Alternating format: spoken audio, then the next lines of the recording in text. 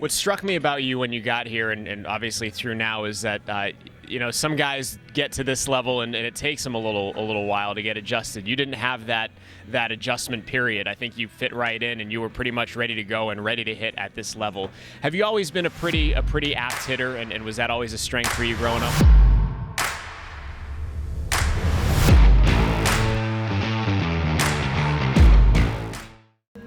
Hello, everyone, and welcome to this edition of the Aces Loaded podcast. I'm Zack Bayrouty, and our player guest this week is Dominic Fletcher. How you doing, man? Good. Thanks for having me on. Of course. Thanks for being here. How's life treating you in AAA? This is now you're about 20 games in after tonight. We're here in Sacramento, but how's the adjustment been for you? It's been good. I've had a lot of help from teammates and coaches, and the transition's been good so far. Just to give some background on Dom, and then we'll get into more of his story, but you were drafted out of Arkansas 2019, the 75th overall pick in the draft, and you're from Southern California. Your brother David, who we saw in rehab with Salt Lake earlier this year, he stayed kind of closer to home and went to LMU and then got drafted by the Angels. But it's intriguing to me why David ended up staying close to home, and did you intentionally want to go a little bit further away from home to Arkansas? Yeah, I got to see my brother play, in a bunch of midweek games against, UCLA and USC, and I'd go to those games and watch him play, and there'd be, 100 to 500 people in the seats, and it was kind of dead, and it's like, these are, big-time baseball programs that just, in SoCal there's too much to do, people are doing other stuff, and they don't get very much, attention. So I knew I wanted to go out and play somewhere in the SEC. So I went and visited a bunch of those schools once I started getting recruited, and ended up really liking the coaching staff at Arkansas and the facilities, and kind of fell in love with everything over there and the fan base, and also it was awesome. What was it like for you going from Southern California to Fayetteville? I mean, you talk about polar opposites in the country, but what was that like for you just in terms of the geography? I think it went pretty well. It's a really good program, and they kind of pull players from all over the country. So, they welcomed me in, and I had a great time there. Getting drafted by the Diamondbacks in 2019, obviously a pretty high selection, 75th overall. What was that like for you, and did you know that you were going to get drafted around then? No, I wasn't really sure. I knew I was kind of on the fringe of the end of the first day, beginning of the second day of the draft, and just kind of sat by the phone and waited, and eventually got the call from the Diamondbacks. What's fascinating to me about when you were drafted, and this isn't just the case for you, for a lot of other players too, you're drafted in 2019, and then all of a sudden things come to a screeching halt in 2020. So you're getting ready to transition from being a college player to a pro, and then you stopped in your tracks. What was that like for you going through COVID, and what did you do to get yourself ready for when baseball came back? I was actually one of the players that was lucky enough to be invited to the alternate site. So we got to scrimmage and get our work in, and I was fortunate enough to be there and be with a good group of guys that could get together there and get our work done. You started this year in Amarillo. You hit 346 in 32 games. You were there last year. I think it maybe hit 267 or something, but you had 102 games under your belt at AA last year. How prepared were you coming into this season to compete at the AA level? I think I was very prepared. I think, I went through a lot of struggles at the beginning of last year, and I think that really helped me grow as a player and develop and learn things about, the competition, and then mostly things about myself that could help me in the future. And I think towards, the end of that, probably the last month and a half of last year, I kind of, figured a couple things out and made some adjustments and had a good, last month and a half, and then kind of carried that over to this year. You were in Kane County, which is low A, and then you skipped the high A level, which, I was at the high A level for 14 years, so I'm kind of familiar with the development that happens there. But what was it like going from low A to high A, and was there a learning curve right away? Yeah, I mean, obviously you go from low A to double A, and there's a big jump in the pitching. Obviously everyone has better stuff. You kind of lose some of those back end guys that just don't make it up there, and all of a sudden everyone's got elite stuff. So it's a pretty good jump, and and definitely took some adjusting to. What struck me about you when you got here, and obviously through now, is that some guys get to this level and it takes them a little while to get adjusted. You didn't have that adjustment period. I think you fit right in, and you were pretty much ready to go and ready to hit at this level. Have you always been a pretty apt hitter, and was that always a strength for you growing up? Yeah, I felt like growing up, going through Little League and then high school and then college, I felt like I was pretty good at adjusting to my competition and playing up to my competition if I needed to. So I feel like that's something that I kind of learned throughout the years, just being able to make adjustments day to day and week to week based on the competition you're up against. You face some pretty tough arms at this level. What's it like going up against some of these arms? I mean, Matt Brash, for example, with Tacoma, where it's a guy that has just ridiculous type stuff. What's that like for you? And did you feel you were ready for that challenge? Yeah, I feel like you kind of in your mind you think you can hit anybody out there, and that's one thing that keeps you going and keeps you confident in there. You really think you can go out there and face off against the best and handle whatever they throw at you. I mentioned your brother David. He was a 6th round pick of the Angels. He attended LMU, but he made his big league debut in 2018.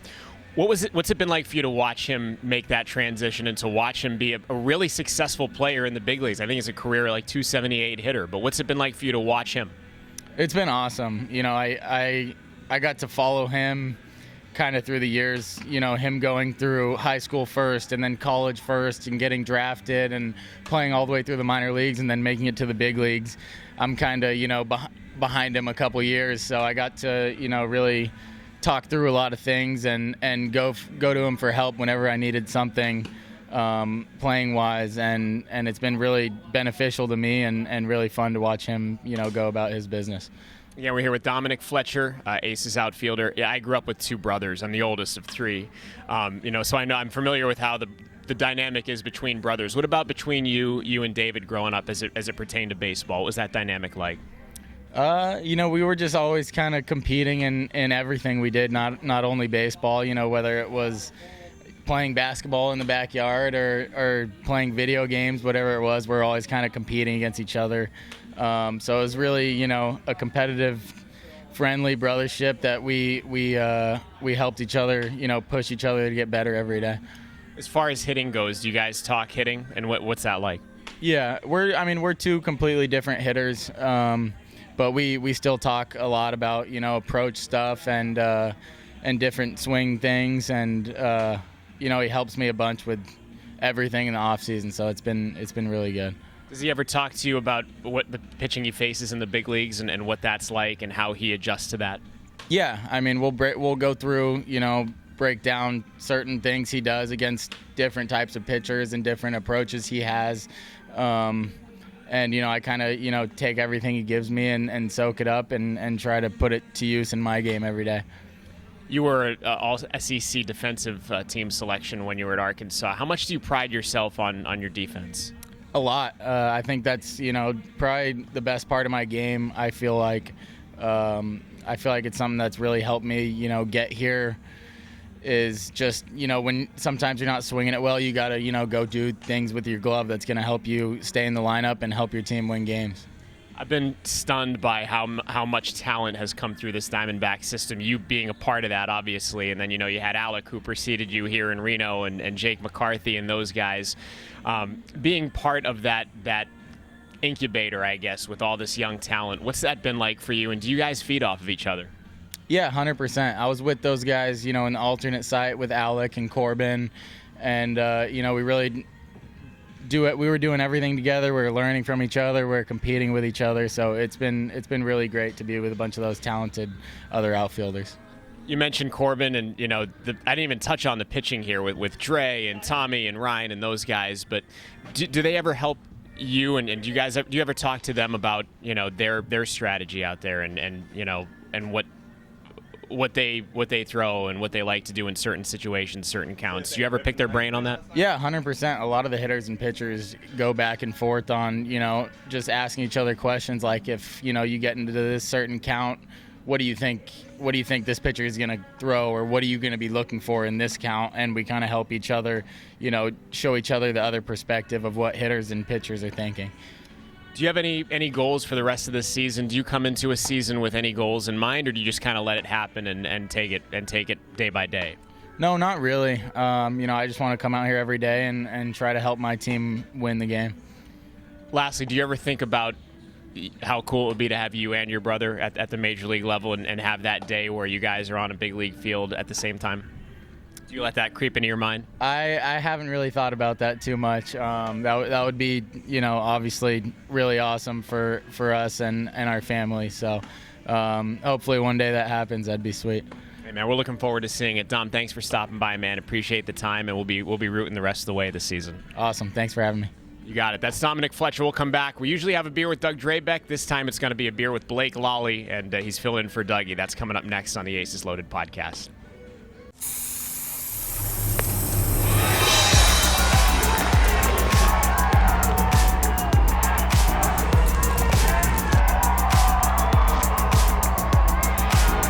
Bird struck out 23 and 20 in the third. Sliding neat stop by Duzak. Nearly in front. Go down from Herrera on one bounce. Aceball is here. For tickets, visit RenoAces.com all summer long. All right, we're back on the Aces Loaded podcast, and this is usually a segment called A Beer with Doug Drabeck. But we got the dude filling in for Doug, Blake Lalli, former Aces manager, now Diamondbacks field coordinator here in Reno. And Dougie's got a lot going on right now, so we're going to get Blake to pinch hit today. And cheers, Skip. How you doing, man? It's great to catch up. Always great to catch up. Great to be back here. So this segment brought to you by Aceball Ale and My Ride to Work. You can get Aceball Ales on tap for $4 at an Aces game on Thursday. So $4 if you want to give this a shot. Great little beer here, good beer. Really good. Yeah, you've had it before, right? Yeah, I have. We enjoy Aceball Ales. That we do. All right, so the crux of this segment is I get Dougie here, and we have a beer, and he tells a story. I'll prompt him to tell. Last time he told a story of his near no-hitter, his only near no-hitter in the big leagues. I want you to tell the story of May 18th, 2012. May 18th, 2012. That was the day I made my major league debut. And, it was kind of a crazy day. I remember it started, we were in Des Moines, Iowa, the Cubs, with the Chicago Cubs. Cubs had their AAA there. And I was at, I think it was a Panera Bread. I was having breakfast with a guy named Ty Wright, who's actually our hitting coach in Visalia, California right now. Yeah, we were teammates. I was having breakfast with Ty and his dad. And I got the call from our skipper and said, "You're going to the major leagues." So how'd it go? Did he just say it like that, or did he try and play it up a little bit? No, there was actually no time to play it up because my flight was leaving in 40 minutes. And I was at Panera Bread, probably, 6 blocks away from our apartment where we stayed. And he said, "Hey, Blake, congratulations. You're going to the big leagues, but you got to go." Did you tell me how to finish your pick 2 first? No, I did not. I hung up the phone, and he told me to go back to the apartment, get a suit.